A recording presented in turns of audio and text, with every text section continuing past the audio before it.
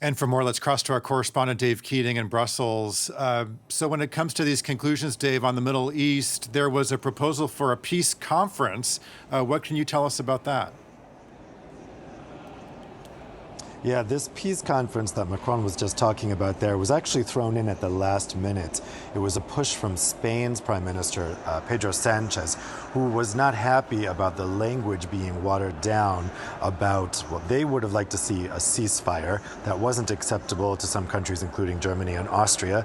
They were then moving on to the word pause, a humanitarian pause, but Germany still said pause was going to tie Israel's hands too much, so they had to change it to pause is. Now, Spain almost didn't sign the conclusions because of that, but in the end they relented because they added this call for an international peace conference, and Spain clearly wants to take the lead on that. There's talks about that peace conference happening in Madrid because that's where a big Middle East peace conference happened in 1991, settling Israel-Palestinian issues, or trying to settle Israel-Palestinian issues. The issue is nobody seems to know exactly what this means. We keep being told it would happen soon. No one will define what soon is. President Macron was speaking quite positively about the idea there in his press conference. I was there at the press conference. Then I went next door to German Chancellor Olaf Scholz's press conference. He was asked about the peace conference. He seemed to be downplaying it. He was saying, look, something like that needs a lot of work, a lot of preparation. He seemed to be saying it would be a long ways off. So clearly there's some countries that are more enthusiastic about that idea than others, but it was a big victory for Spain to get that language in there, because a lot of countries weren't very enthusiastic about it, it seems, including Germany. In the meantime, Dave, EU leaders covered a lot of ground during this two-day summit. What were the big takeaways aside from the war in the Middle East?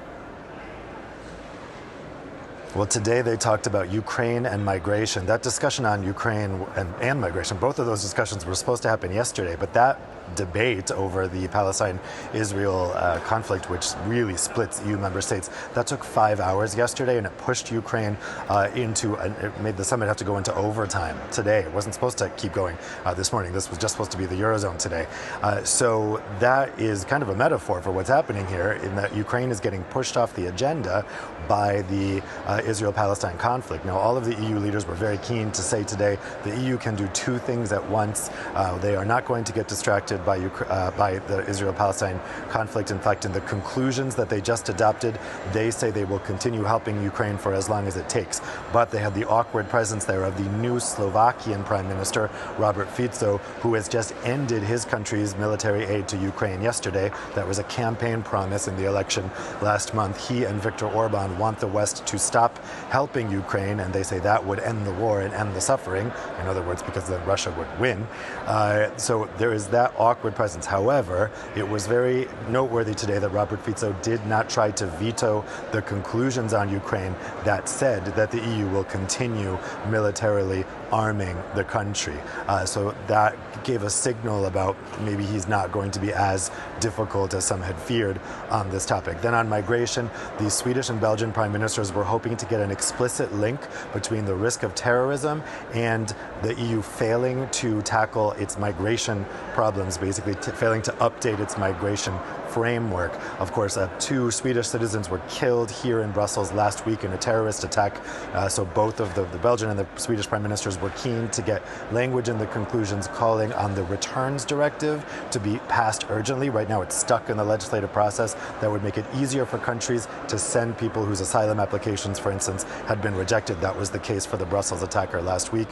However, a number of countries didn't like the idea of linking terrorism with migration, and that was shelved. And so the language on the migration text didn't change during today's discussion. Okay, our correspondent Dave Keating reporting for us from Brussels. Dave, thanks as always.